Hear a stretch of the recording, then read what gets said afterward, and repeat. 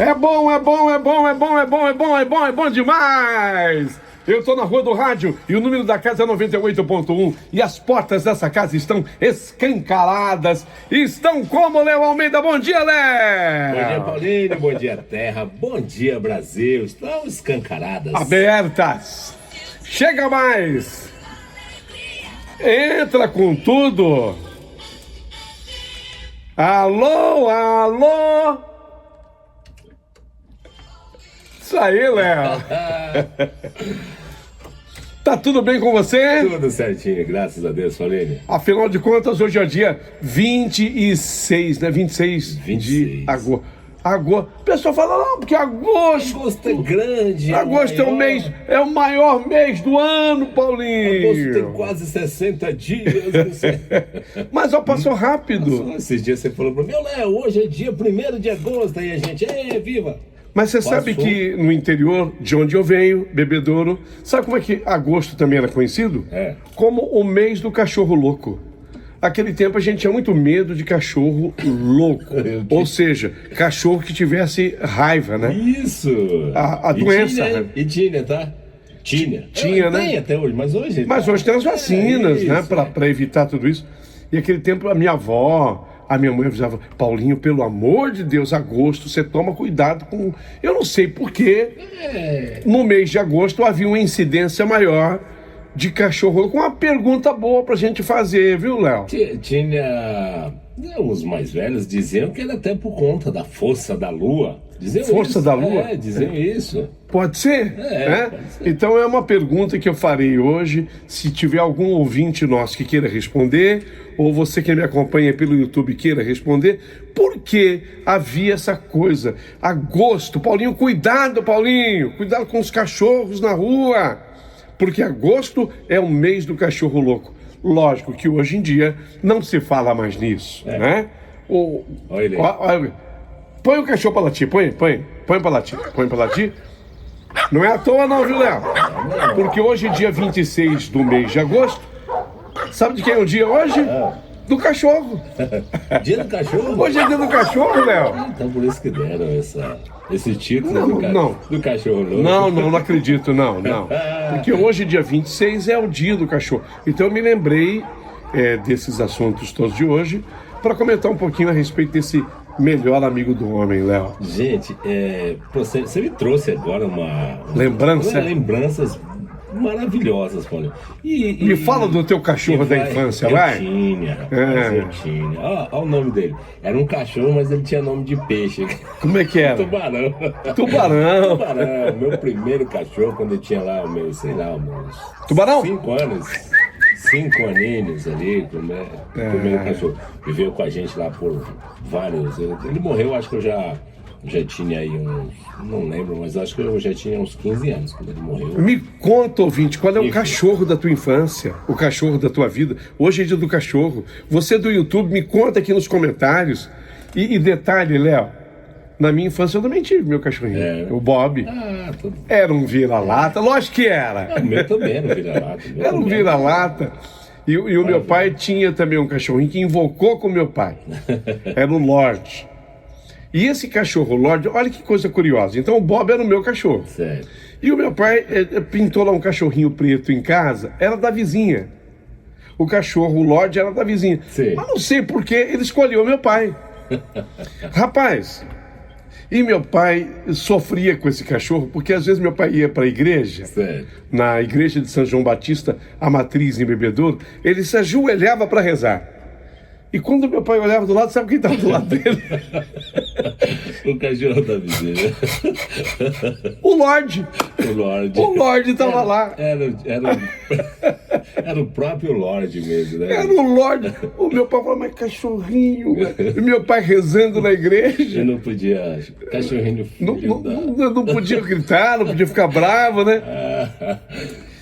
Mas não era do meu pai, era da vizinha, mas ele escolheu meu pai.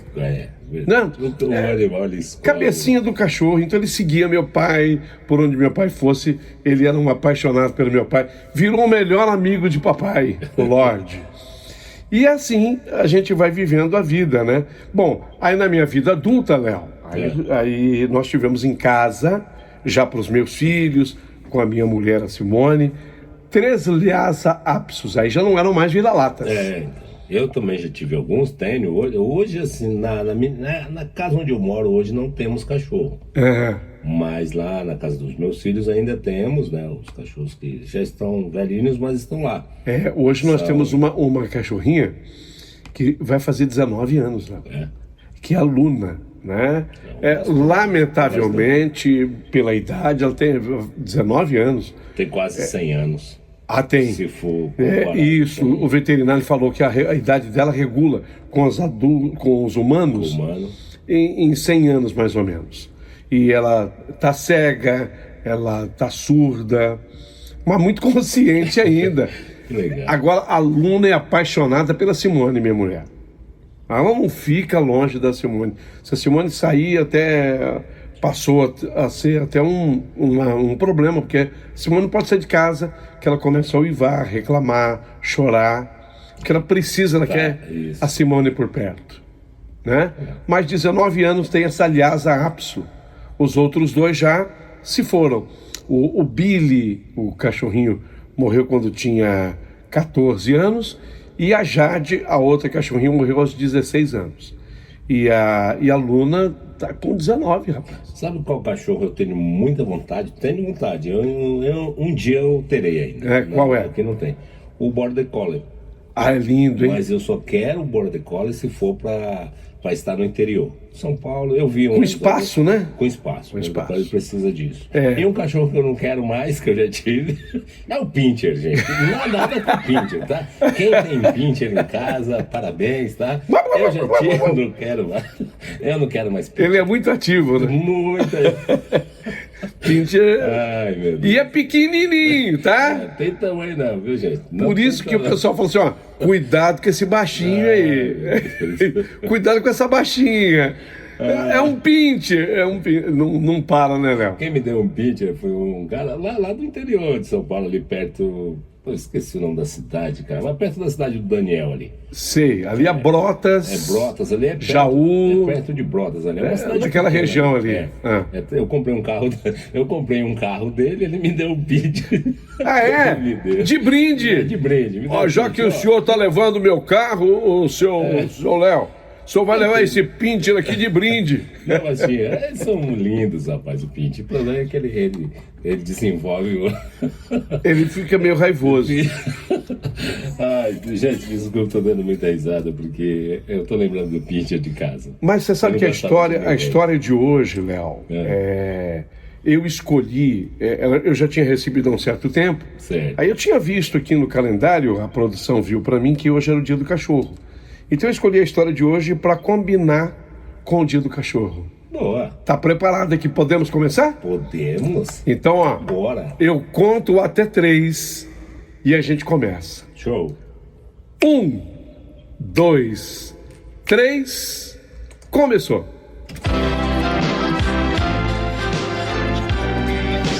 Rádio Emoção. Paulinho Boa Pessoa. A verdade de cada um. Quer que eu venha com o fone já pesado? Não. Tranquilo. Pode começar. Rádio Emoção. Paulinho Boa Pessoa. A verdade de Querido cada um. amigo Paulinho Boa Pessoa, meu nome é Zenaide. E você não imagina a satisfação que eu tenho de escrever para você hoje, Paulinho, para relatar essa história que não me pertence. Quer dizer, até me pertence porque ela me foi contada nos detalhes, mas não é minha. Essa história é de Dona Etelvina, mas deixa eu explicar.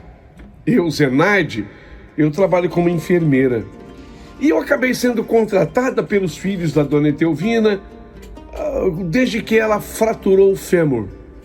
Ela teve uma fratura de fêmur e como eu sou uma enfermeira que sei também muito da fisioterapia, eu vim para ajudá-la.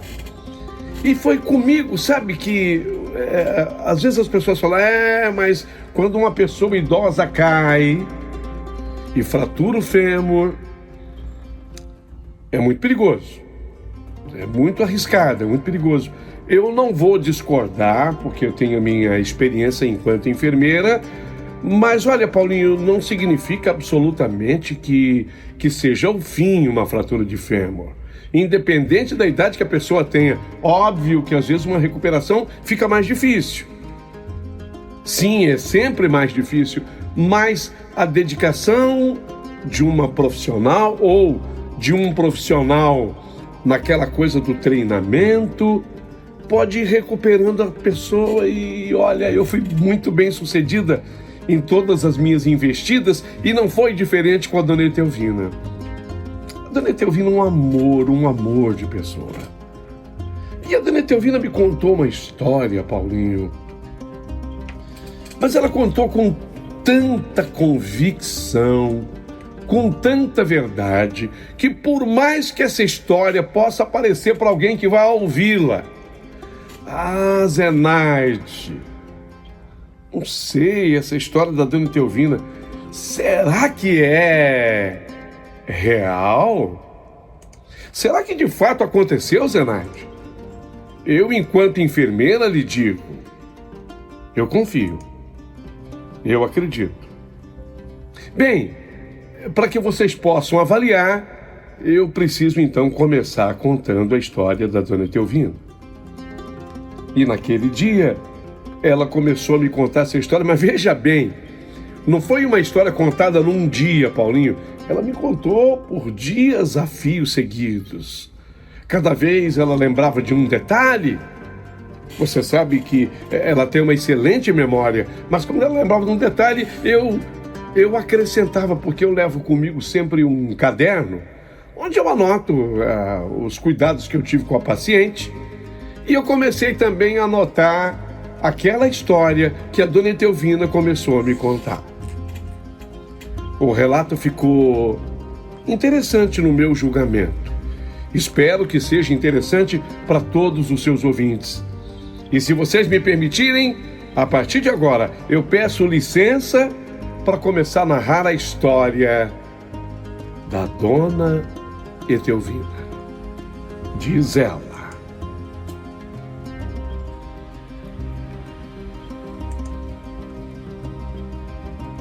Senta aqui. Senta aqui, Zenaide. Pega um cafezinho para mim e outro para você.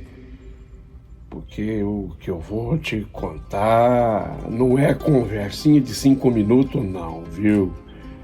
É a história de um amor diferente, Zenaide. Um amor daqueles que a gente só vive uma vez. E assim mesmo, só vive uma vez, Zenaide, se tiver coragem. Zenaide, eu vou te dizer uma coisa. Você sabe que muita gente, Zenaide, não é feliz porque não tem coragem de viver a história que aparece para ele?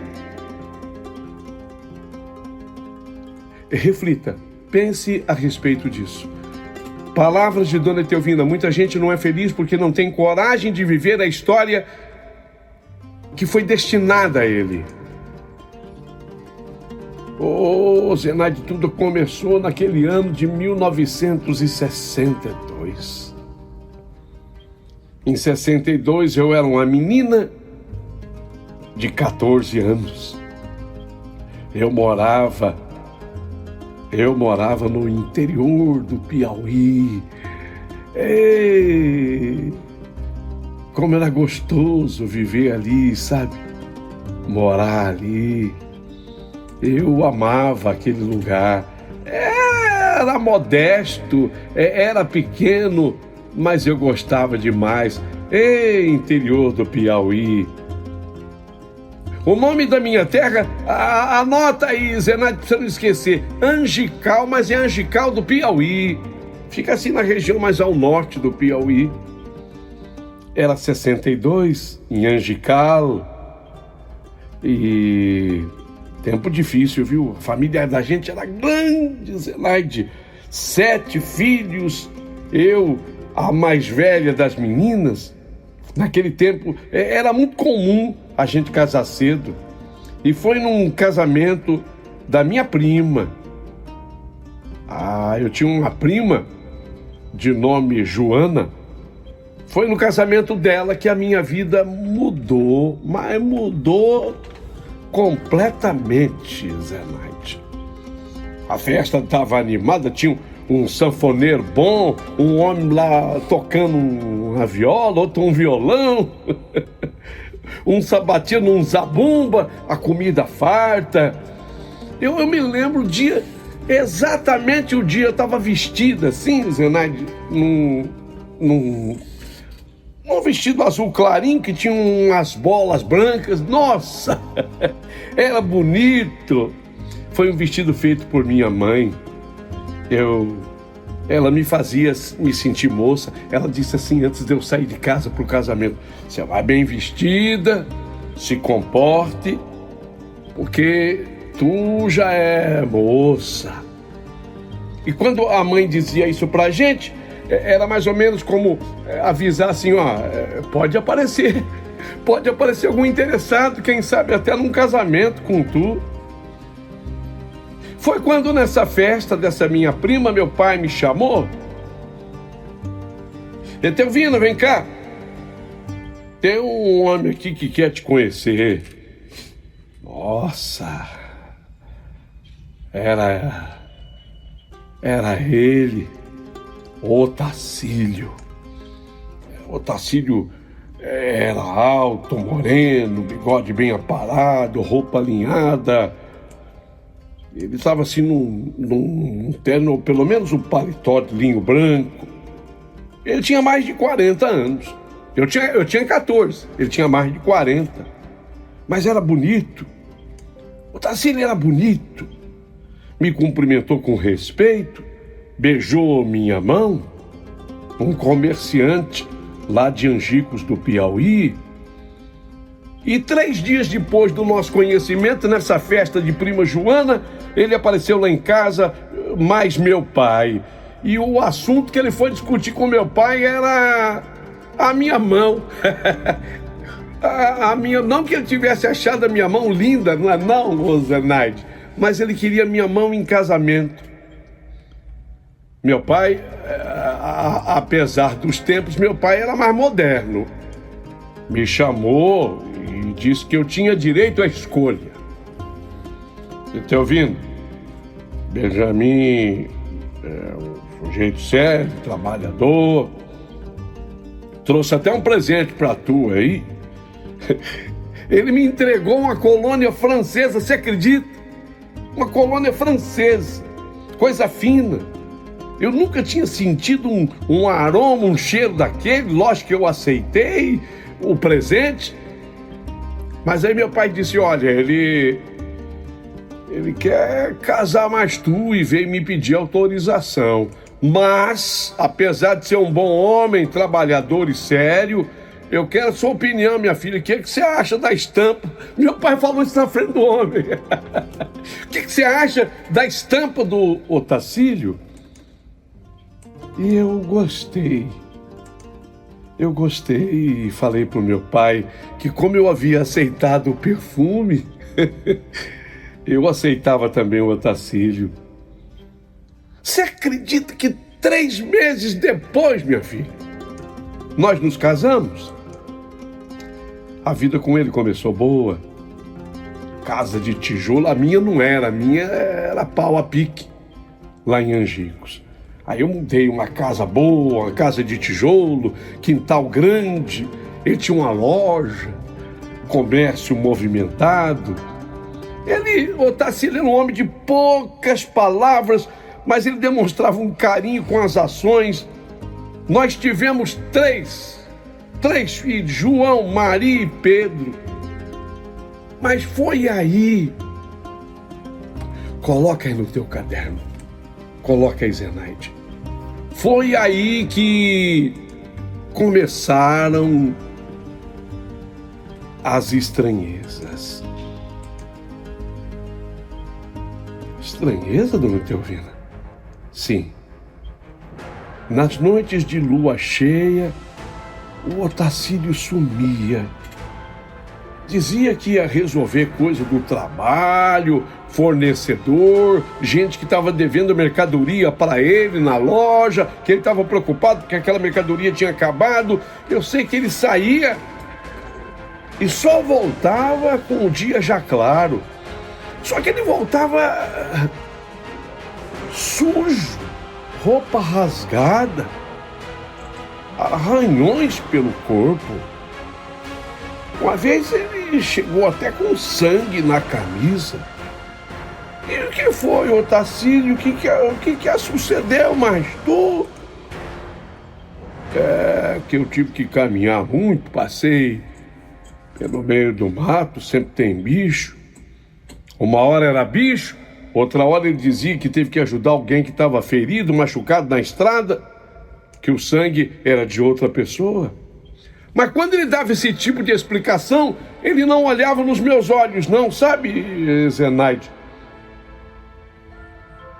Você sabe que eu cheguei a desconfiar, ainda muito novinha, comecei a achar que meu marido Otacílio, ele tinha uma amante. Falava com mamãe e ela dizia: Teovina, você tem que ter paciência, homem é assim mesmo. Mas ele não é bom no resto, mas com tu... É, mamãe, é muito bom, é muito generoso, faz alguma coisa com tu, te agride. Não, mamãe, pelo contrário, é muito bom comigo, mas é bom também com os filhos. Mas não era só isso, porque o Otacílio desenvolvia um apetite estranho nas vésperas de lua cheia. Ele queria comer a carne, aliás, lá em casa era uma fartura que dava gosto, mas ele queria comer a carne quase crua. E depois dessas noites ele passava dias quietos sem comer nada. Ele enchia o bucho com aquela carne crua, praticamente crua, sangrando ainda. Eu até falava: não sei como é que tu consegue comer, Otacílio, a carne assim. Ele comia e depois passava dias sem comer. E sem contar que ele cobria os espelhos todos lá de casa, nessas vésperas de lua cheia. Às vezes ele tinha pesadelos e ele gritava dormindo. Até o nosso cachorro, o Trovão, se escondia quando ele ia sair. Os gatos da vizinhança, sabe quando o gato se arrepia? O gato se arrepia e faz... Quando via o Otacílio pertinho da lua cheia, faziam exatamente assim. As galinhas abriam caminho e corriam pro poleiro quando o Otacílio passava no terreiro, no quintal, pertinho da lua cheia. Até que veio o dia, sabe, Zenaide, que ele me pediu: Teovino, faça-me um favor, leve as crianças para casa dos seus pais essa semana. Por causa de uma viagem que eu vou fazer.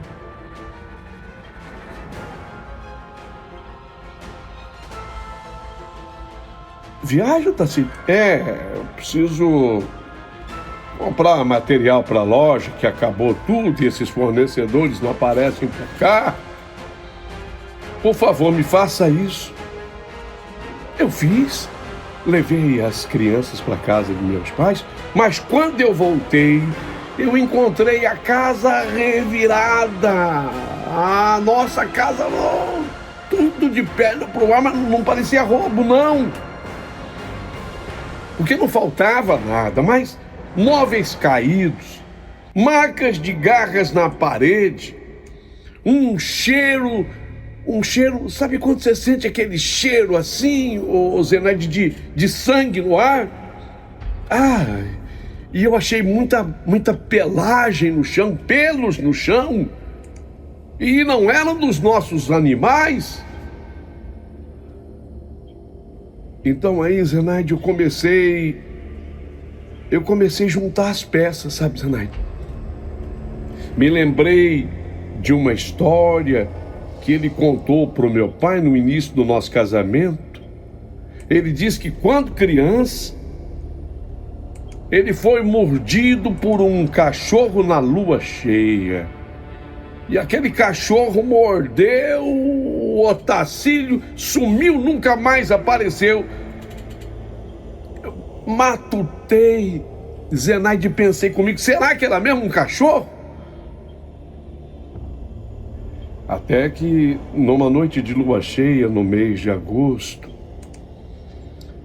eu fingi que eu dormia, espiei pela janela e eu vi, Zenaide, vi com os meus próprios olhos meu marido, o Otacílio, no quintal, no terreiro, se contorcendo e nu como nasceu,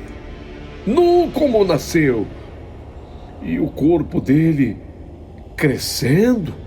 Parece que ele aumentava o volume, o peito se avolumava, o peito se abria, pelo nascendo, as unhas crescendo numa velocidade fantástica e virando garras, o rosto dele se alongando num focinho.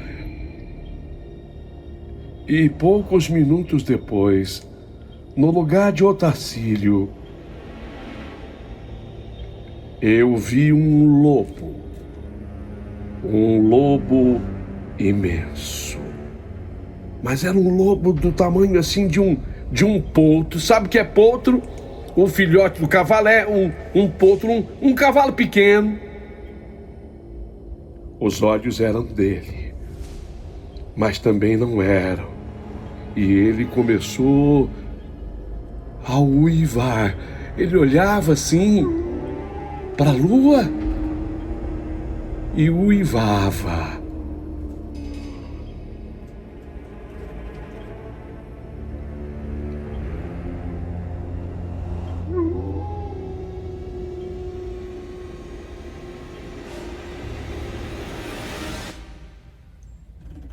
Meu Deus, é o Otacílio, é o meu marido.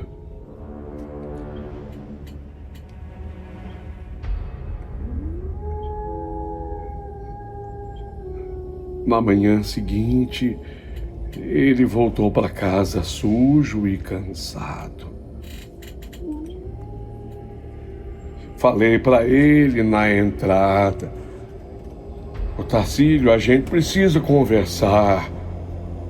Ele se sentou, botou as mãos no rosto e ele teve a certeza. Você viu, né, Etelvina? Você viu, né, Etelvina? Vi sim, Otacílio. E aí, Zenaide, ele me contou tudo. Desde os 8 anos de idade, quando ele foi mordido por aquele cachorro na lua cheia, ele passava por aqueles fenômenos. Mas não era uma maldição, era uma condição, ele me explicou. Era uma condição sem cura. A primeira esposa dele sabia. Sim, porque o Otacílio já tinha sido casado e ficou viúvo. Num primeiro momento eu passei assim um susto, porque eu sabia que a mulher dele havia falecido. E a história que eu sabia é que ela tinha morrido do coração. Eu tinha medo dessa história ser mentirosa. Ele poderia, na transformação, ter matado a mulher. Mas ele explicou. A mulher dele, de fato, havia morrido do coração. Talvez até em consequência da tristeza de também ter descoberto os fenômenos pelos quais ele passava. Então eu era a segunda pessoa a descobrir. E aí, Zenaide, ele me disse: Etelvina, agora a decisão é tua.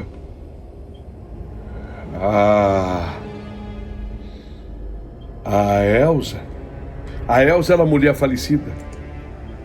A Elza morreu do coração e eu não sei se em consequência do que ela tinha descoberto. Mas você decide. Você tem estrutura emocional, você tem cabeça para conviver com isso, Etelvina? Porque se você quiser ir embora mais as crianças, eu não vou impedir. Apenas vou lhe pedir autorização para visitar as crianças em casa de seus pais. Eu não dei a resposta na hora, não, Zenaide. Eu demorei dias para pensar, mas Otacílio nunca tinha nos feito mal, sempre se afastava nas noites de lua cheia, mas era o máximo que ele fazia, não fazia mal a mim nem às crianças. Então eu trouxe a resposta de volta a ele. Eu disse: Otacílio, se vamos continuar, tem que ter regras. E ele prometeu.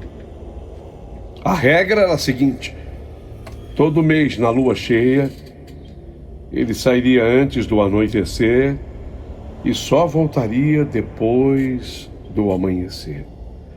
E assim foi ao longo daqueles 17 anos, Zenaide. Os filhos cresceram, achando que o pai viajava a trabalho para manutenção da loja. Só o João, meu filho mais velho, já moço, parecia desconfiar, mas nunca perguntou. Até que, naquele mês de abril também de 1989, o Otacílio foi e não voltou mais. Um vizinho achou ele no mato, desmaiado, infarto. No hospital, ele acordou só para dizer: não consegui voltar. Fiquei preso no meio da transformação. Meu coração não aguentou, Etelvina. Não aguentou. E na sequência ele morreu, sabe, Zenaide, segurando a minha mão. Os médicos constataram um infarto fulminante e ficou assim no atestado de óbito. Mas eu sabia a verdade.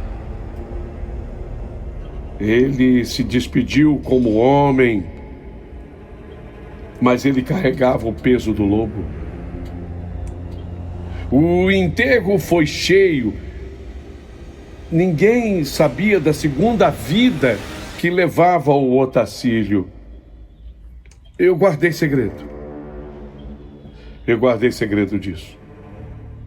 Depois da morte dele, coisas estranhas continuaram acontecendo. Às vezes, nas noites de lua cheia, eu escutava aqueles uivos, sabe aqueles uivos do lobo? Eu escutava nas noites de lua cheia.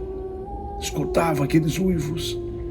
E quando eu escutava aqueles uivos, eu sentia o cheiro dele.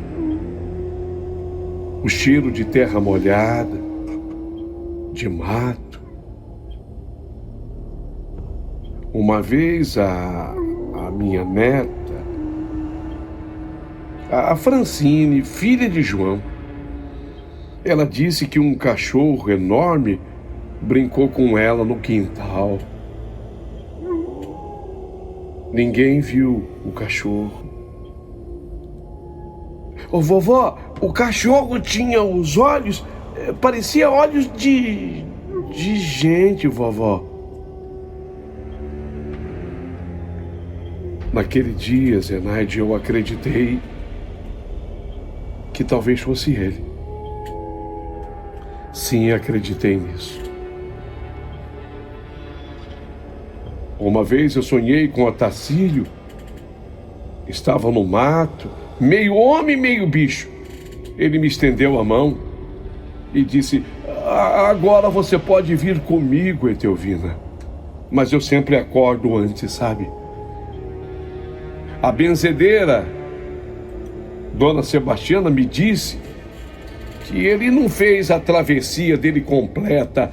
Parte dele ficou aqui entre nós, protegendo a família. E a senhora, Dona Etelvina, não tem medo? Não, Zenaide, não tenho medo. Nunca tive. Converso com ele em pensamento quando sinto a presença dele. Aqui mesmo, quando você está aqui, de vez em quando eu sinto a presença dele e converso com ele em pensamento. Mas houve uma noite que eu nunca contei para os meninos. Foi também no mês de agosto de 1975. Os meus 3 filhos estavam doentes com febre alta.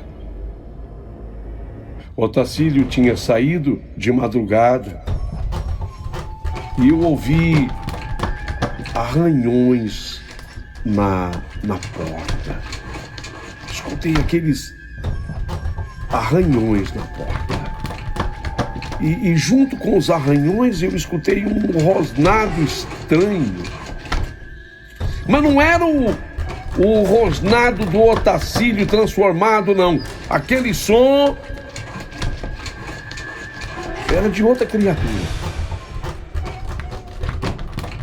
Eu pude fazer o que eu pude fazer. Eu peguei assim os meus filhos. Eu saí pela porta dos fundos. O barulho era na porta da sala. Eu saí pela porta da cozinha. Mas aquele bicho me perseguiu. Estava escuro, eu corri no escuro e quase que eu fui pega. Mas no mato eu ouvi um uivo que eu reconheci. Quando eu escutei aquele uivo daquele lobo, eu identifiquei. Aquele sim era Otacílio. Ele lutou contra o outro. Lutou, travou uma luta contra aquela outra criatura. E salvou a minha vida.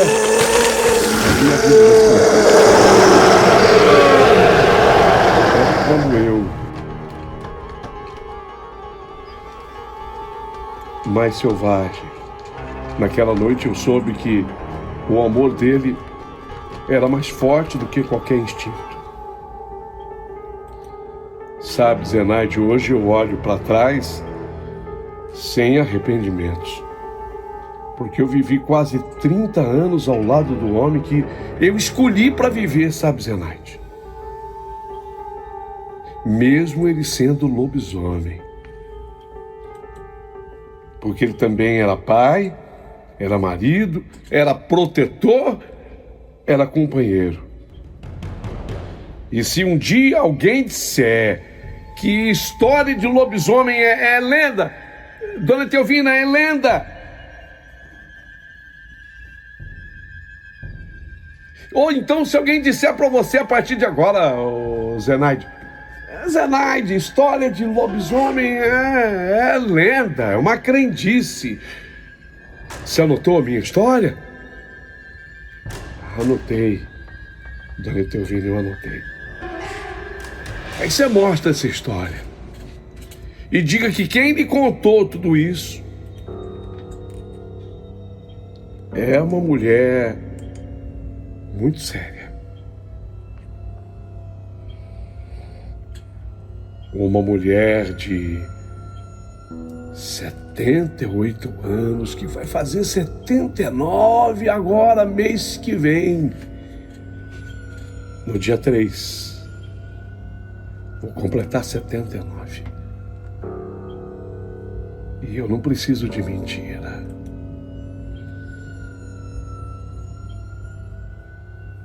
Coloca aí o título da minha história, Zenaide.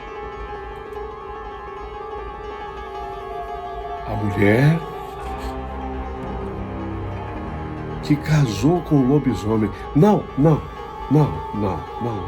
É mais forte que isso. Põe aí o título da minha história, Zenaide. A mulher que amou... Isso, a mulher que amou um lobisomem.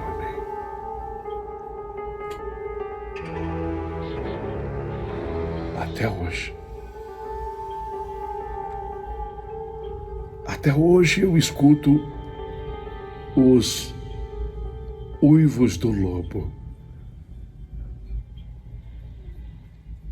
Quando a sexta-feira de lua cheia chega,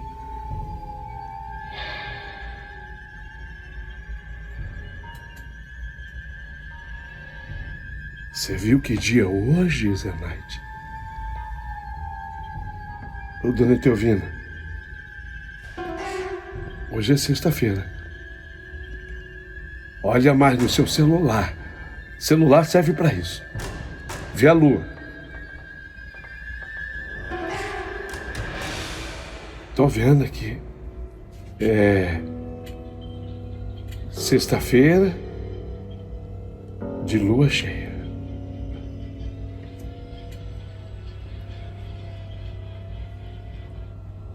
Eu tô escutando. Você consegue escutar, Zena?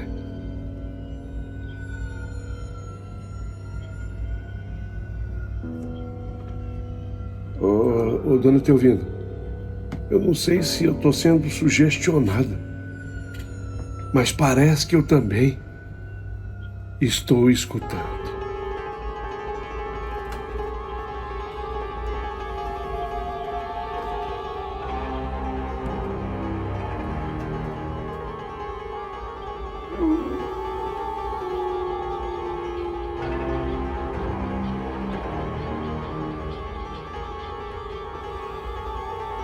Eu quero o seu comentário a partir de agora.